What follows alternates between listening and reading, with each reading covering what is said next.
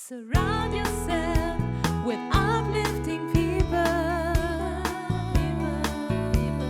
Break up with your sorrows. Don't waste your time, leave your struggles behind and smile. It's your best makeup. Ladies and gentlemen, welcome to another episode of Songs of My Life. My name is Luana Sandoval, and today we're talking about music production and songwriting. I have a special guest in my show. Please welcome Mexx Heart. Hi. Hi, welcome. thank you so much for having me. You're welcome. I'm very excited to be here. Yeah, thank you for being on the show. Hey. So tell me, how did you get started as a musician and songwriter? As a musician and songwriter. Well, I started when I was very, very young, and there was always like a musical interest between not just myself, but as well as my siblings. And it grew because that was kind of like the blossoming point for a lot of kids shows where they were about like aspiring stars or already established stars trying to balance like a double life, you know. It was always something that was so fascinating to me, and then as I grew into that environment, I started making friends and meeting people who were also established in the industry. And I was an audio engineer for quite some time. It's what I went to school for, it's what I graduated, it's what I have my degree in actually.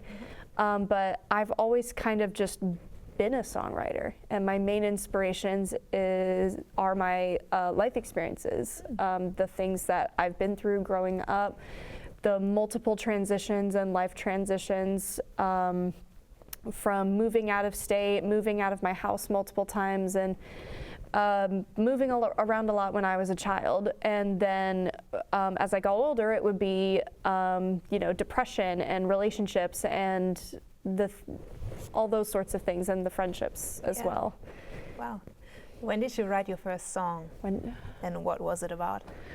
Well, okay, so my sister's gonna kill me for this if I tell this story. I bet she thinks like we forgot all about this, but when I was very small, before the age of iPhones even, we recorded on my mom's flip phone Razor a song about a stray cat that she found that apparently like was mean to her, and it was a 5-year-olds wrote this song, you know, like it was that's what you write about when you're 5 years old. Like, what else do you write about when you're 5 years old? I'm so sorry, Rebecca, please don't kill me. That's so funny. I'd love to listen to it. Oh my God. Like a song for children. I think that phone is like long gone missing, so I can't get that to you, unfortunately.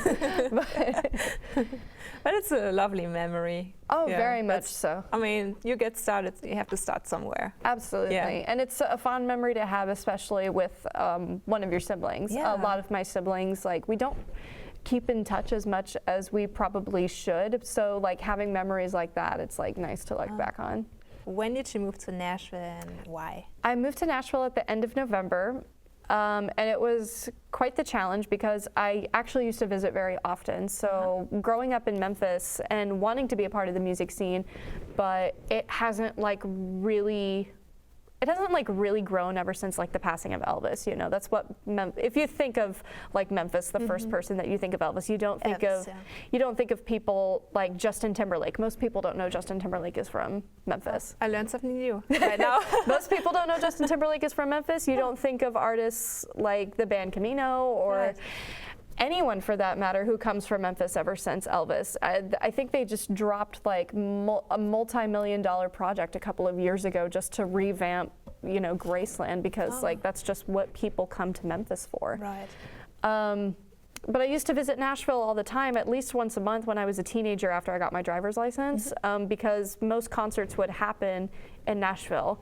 And so I would take the 3.5 hours road trip to Nashville to see whatever was going on or whatever band I was there to see, and I would go back home the same day. Oh, so well, because you have to be 18 in order to get a hotel room, and I was not 18, so. Good. But I moved at the end of 2019 after I completed an internship at a recording studio. I was kind of stagnant in that in my development there. And I just felt like where I was, that's where I was going to be if I didn't like take some initiative and move myself out. So I went to Nashville one last time, looked around at apartments, and I started asking around like who needed an assistant, who needed an intern, but nobody was hiring. So I had to, luckily the school that I went to, the Conservatory of Recording Arts and Sciences, they have an amazing internship program where they keep in touch with you even after you've graduated because they want their students to succeed. So I contacted them and I was like, I need some help. I need some help getting my start, and they really couldn't help me either. They just said you need to start over as an intern because you're dropping one thing, scraping your slate, and like moving someplace else. So I had to pretty much go out on my own at that point. So I took my last paycheck from my last job and I moved out for the last time, and I have been here since November of 2019. Oh, wow. Okay. And did you find a recording studio to record your own songs? And was it hard to find a recording studio that fits your visions for your songs? It wasn't hard to find a recording studio in Nashville. If there's one thing that's not hard to find in Nashville, it's a recording studio. But I was mostly looking for somebody that when I'm feeling somebody out and I'm feeling like an area out, I like to really, really trust my gut and trust my heart and how I feel about it. And so when I'm visiting these places and scoping them out, it either doesn't feel right or it's just telling me that it's not right. And then I go online and I see an advertisement for a studio, 1017 Studios, that's owned by Justine Glazer. And I felt good about it. So I booked a session with her, and this was a song that I think I released in like early 2020, my first ever single, and she recorded me, and I think it was the first song that I ever professionally recorded in a studio, so very brand new experience, but she made me feel very comfortable, and she helped guide me through that process, and that's been out, and then it's just kind of even like snowballed into that effect where she's worked with me, or I've worked with her on like multiple more projects after that, and then it eventually led into me asking her if she needed an intern, and then later down the line an assistant. So. Oh wow, that's amazing. And how has this relationship developed, like from where you started and where you are now? It was a little, I'm gonna be honest, it was a little bit frigid at first, because like when you're first meeting somebody and you're gonna start working with them, especially in like a small business where it's really just two people, it's like the producer and her assistant, there's not much room for like, there's not like this corporate setting where she doesn't have to get to know me. Yeah. I mean, she still doesn't have to get to know me, but you know, like, it helps if she knows who she's working with, if she knows like the type of person that I am, so she can, you know, help meet me where I am, and then help me get to where she is. You know? Yeah. And so it's kind of blossomed like not just a boss employee, but like we've also just been really close friends ever since. That's wonderful. And you have the same passion, you do what you love, songwriting, music. For the most part, absolutely. Yeah. I like sticking to the songwriting and the artist part, but she's a killer producer, and I don't know if I could ever be at the level that she's at, if I'm being completely honest. Which song are you singing for us, and what inspired you to write a song? All right, so I am singing one of my new songs off of my new project, and this is very special because I have not yet announced the name of the project. The name of my album is Paper House, after the metaphor paper house, when you're having a conversation with a significant other or with someone close to you, and you're talking about the metaphorical house you're going to be living in, you're talking about your future, you're talking about like what is basically what's next for your relationship. And I thought it was really such like a cool phrase, and when I contacted Zell Zuzana, who's the producer of Paper House, I talked to her about it, and she loved the idea. So Paper House became the idea behind it because the entire album, especially No Pressure, is about one of the relationships that I had been in for a better part of my life, and this was somebody that I definitely thought I was going to be spending the rest of my life with. He moved to Memphis with me, and we were living in his friend's apartment, and then for some reason there were just a lot of like major problems that no one ever really saw. I knew that there were issues like within his family, and there was like some weird blockade that I couldn't get over. I don't think like his family hated me, but I don't think that they liked me either. Oh, okay. You know what I mean? Yeah. And he would often have like anxieties about the relationship, and I felt, you know, responsible on taking on those emotions and trying to make him feel comfortable and encouraging him that I think that we're making the right decision. And so No Pressure is just, it's about that. It's about taking somebody else's emotions, making it your responsibility, and trying to, you know, ease their anxiety and trying to convince them, but most importantly, trying to convince yourself that you're doing the right thing. Oh, that's wonderful. All right. Ladies and gentlemen, enjoy No Pressure by Mexx Heart.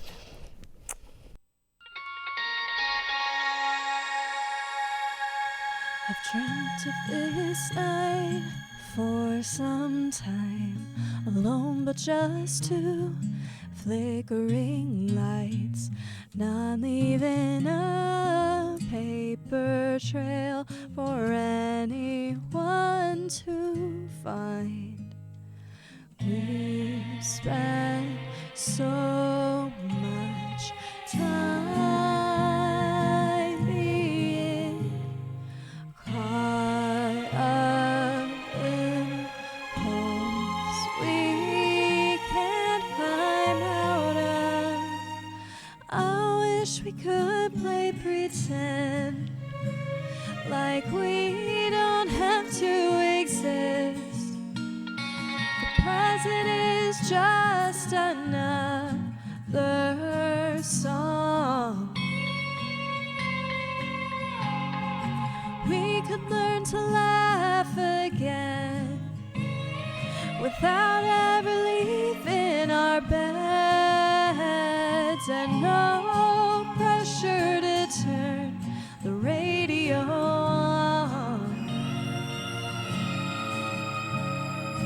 No pressure, no pressure.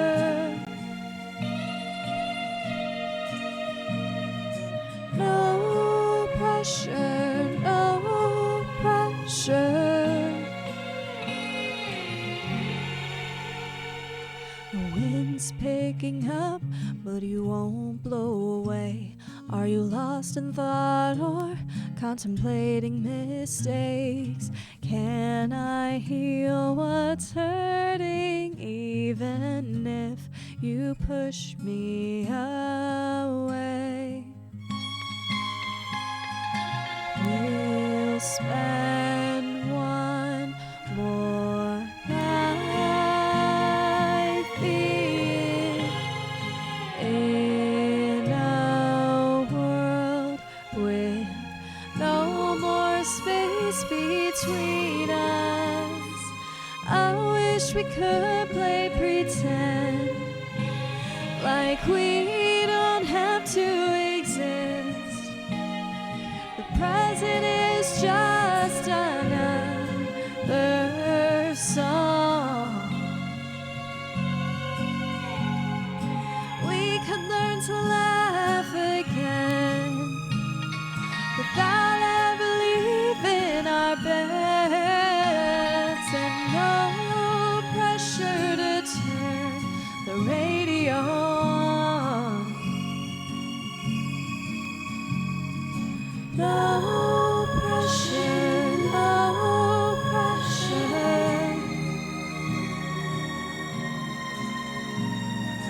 No pressure, no pressure.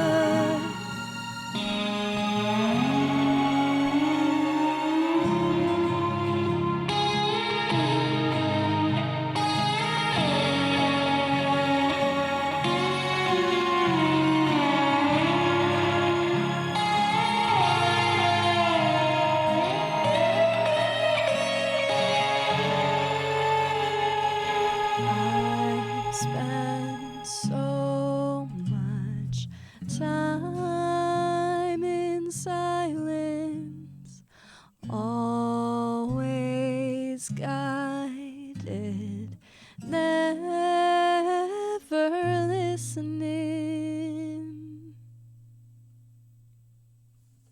So let's talk about how we met. Ooh, That was that last was last year. That was around. That was not even like this time last year. That was a little bit earlier. July 2021 Yep. at the Essent Amphitheater for Live Nation. Yes. Which show have we worked on? Do you remember? I don't remember the show at all. I just remember cleaning it up. Yeah. And I don't normally work like overnight shifts or night shifts there. I'm normally the morning shift. So that was it wasn't the only night shift that I had worked or the only show shift that I had worked. I just happened to work that night and we happened to meet. And we got along way too well. Yeah. We may or may not have caused issues with management. So Yeah, there was so much chocolate and left over. And it was Halloween, wasn't it? Was it? No, that was in July of last CMA. year. It was CMA. CMA. It was CMA. It was CMA. Yeah. I cannot believe I did not remember that. CMA, yes, we worked in the Artist Love Artist Yes. wing. Yes. Yeah. Yeah. So I was just thinking, why was there so much candy left over? Soda, like, was it Halloween? No, because like the CMA, Yes. yeah, that was it. That was it. Yep. Uh-huh. And then we saw all the signed guitars from Luke Bryan, Luke Exactly. Combs. everything. Yeah, really interesting. And Calvin, he's so funny. He is so funny. He always. He was mad at me when I quit. Oh, really? He Yeah. always calls me Germany. Do you remember? He did. I was starting to believe your name was Germany. Because he could never remember my name. Yeah. Germany. And I said, With America. the German accent. The German accent. It was fun. Yeah, and then you talked about Justine and how you met and how you worked together. And Yeah. it was really cool. A fun night. Very cool fun night. Yeah. And then I think like you left shortly after Yeah. that, and then I didn't leave. I didn't leave until, when did I leave? Because I did start the 2022 season. I don't remember when I left. I did leave sometime this year, but yeah. I started the season. I didn't finish. Oh, I see. Yeah, there were so many shows. There were so yeah, many. so much work, and I worked other jobs here and there. Yeah. Yeah. All right, we're having a short break. After the break, I'm going to perform my song Gypsy Life, which I wrote in Memphis in 2020.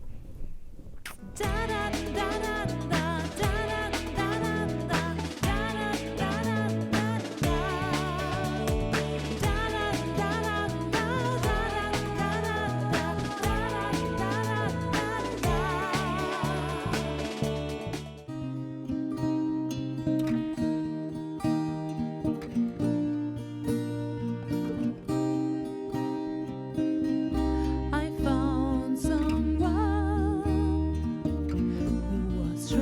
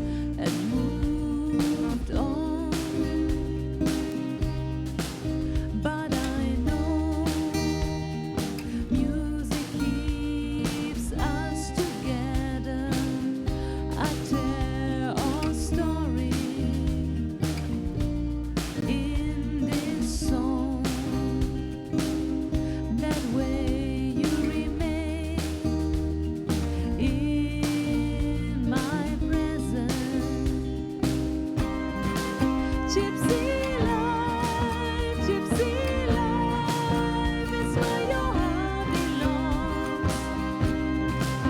Gypsy life, gypsy life, it's like home sweet home.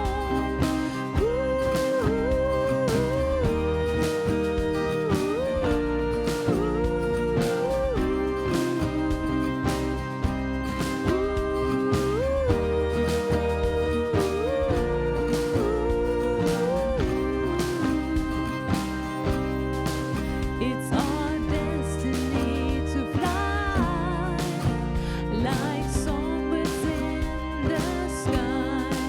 We bring joy to all beings with our voices.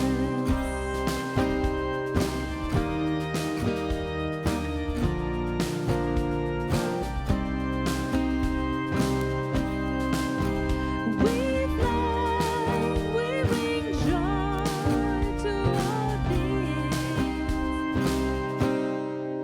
Gypsy life, I will never forget you. Let's talk about a little bit about your experience with music production and which software are you using and etc. So Zell Zuzana is the producer of this album. I went to her with basically a Google Drive and recordings of me singing the lyrics into my phone. I would tell her what I was hearing in my head, and I would tell her the types of instruments that I want, when I wanted them to come in, and she would upload demos, I would give feedback, she would redo them. It would go back and forth for quite some time, and I think No Pressure was the one that we took like the most time with. And then recently I started hiring other accompanying instrumentalists. Okay. So he's not on this album, but Reagan Renfro is the touring bassist for the band Camino currently. And he also does for hire work, for bass work and various other projects, but I wanted to hire him for bass work. So there's at least 4 or 5 songs on the album that have him as the bassist on there. So I think that's pretty cool. And before you go to the studio, do you record your demos or play the piano a little bit or guitar? So when I go to the studio, the demos are actually already made. Okay. Because I go to Zell and I go to her studio because, she's the one that made the demos, Okay. so she's got them. The final tracks don't have like the demo vocals on them because they're usually, crappy recordings, like legit from my phone. Okay. And she'll space them out, she'll pitch them like how she needs to, and build the track around that. And then when we go in to record any and all like vocals, like she just takes them out completely so that we can do main vocals and gang vocals and backing vocals and all of that. See. Okay, that's awesome. That's good. So, and then she'll usually do like a light mix on everything, and then I send it in for mastering, and that's usually what I do. I master it. I just a few little tweaks here and there, making it nice, a nice big. Despite the fact that they are acoustic songs for the most part, I still want them to sound bigger. Yeah, there's always a certain technique that you can use for the mastering. Yeah. Yeah, for me, I do like a good bass, so it's all about bringing that bass up or like a good kick drum. And for acoustic sounds, it's just keeping your mids well and everything nice and clean, because like there's big, but then there's too big, and then it sounds distorted and then you hear like the background fuzz that will often happen, unfortunately. But like keeping those mids good and then a good gate as well, for sure, can help get rid of that. Oh, good. Which software do you use for mastering? Everything that Zell uses, I use. So she works out of Logic Pro. So I use Logic Pro. It's very simple to use. It's very easy. It's so simple to build tracks and edit at the same time. And I have Pro Tools installed on my computer, and I do use it. It's just like not as beginner user friendly to use as Logic, because you don't need Logic to use it. Right. Yeah, I'm also using Logic. Yeah. Oh yeah. I just create my basic demos. I play the piano a little bit, and then I send it to the professionals, so they know what to do with it and take it to the next level. No, I sing into a phone and have that recorded. I upload that to a Google Drive. And then I upload the file with the lyrics on it, and then I upload a different file with what instruments I want, how I want them to sound, when I want them to come in, and use vague description words. I see. That's interesting. As to how. I can show you the ones for No Pressure as well. So yeah, like, that would be interesting. Yeah, everybody has a different way. So I just record everything as much as possible. So my capacity, I'm not the greatest pianist or guitarist. You don't have to be. Just a little bit, so people know where I want to go, and I add some sounds, and then I take it to the studio. I work together with Pat Lassiter. He's a great producer here in Nashville. So since moving to Nashville, can you list all the accomplishments that you have achieved so far? Wow, there's a lot that I can think of. Aside from the release of Roses, which was my first single that I released back in the beginning of 2020, that got nominated as Pop Contemporary Song of the Year at the 7th Annual Josie Music Awards. Oh wow, that's amazing. Nominated, not won, but nominated regardless. Yeah. But to celebrate, Justine and I, we made a music video for it, which is available on YouTube. And then after that, I released my sophomore single, All That Was Mine.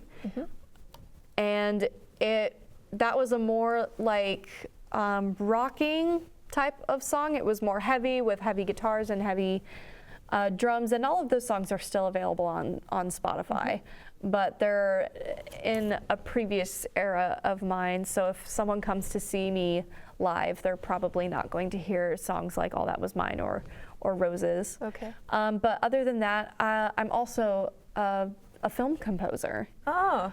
So this was something that I don't normally talk about, because I only get like 4 projects a year being a film composer, but I'm the official film scorer for RIP Entertainment, which is a film production based out in Memphis, Tennessee. And it's owned by Richard Parker and his wife, Andrea.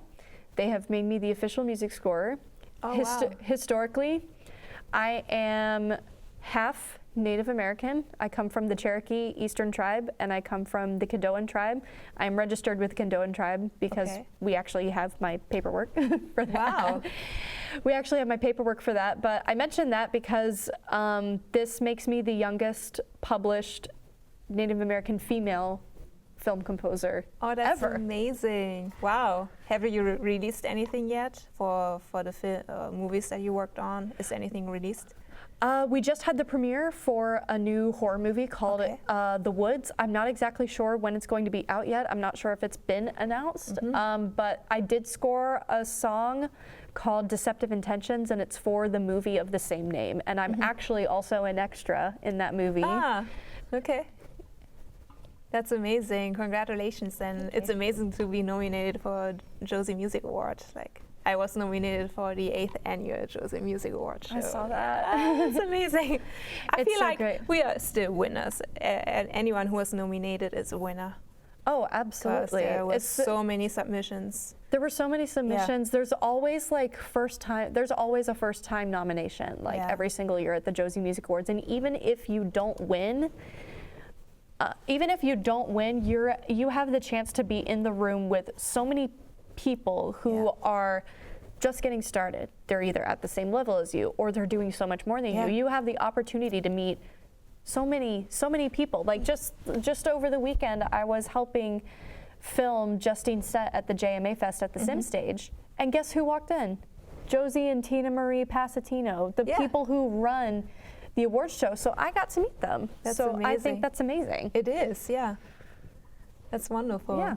So you really just never know what's going to happen when you step foot like into the music industry. You never know who you're going to meet. All right. Thank you for being on my show. Thank you so much for having me. Where can people find you and listen to your music? I'm available on all streaming platforms, Spotify, YouTube, Apple Music, Amazon, but I also have a Bandcamp website. Ladies and gentlemen, thank you so much for tuning in to another episode of Songs of My Life. And if you have a question regarding co-writing, if you want to co-write with one of my guests or with myself, just email me at info@luanasandoval.com.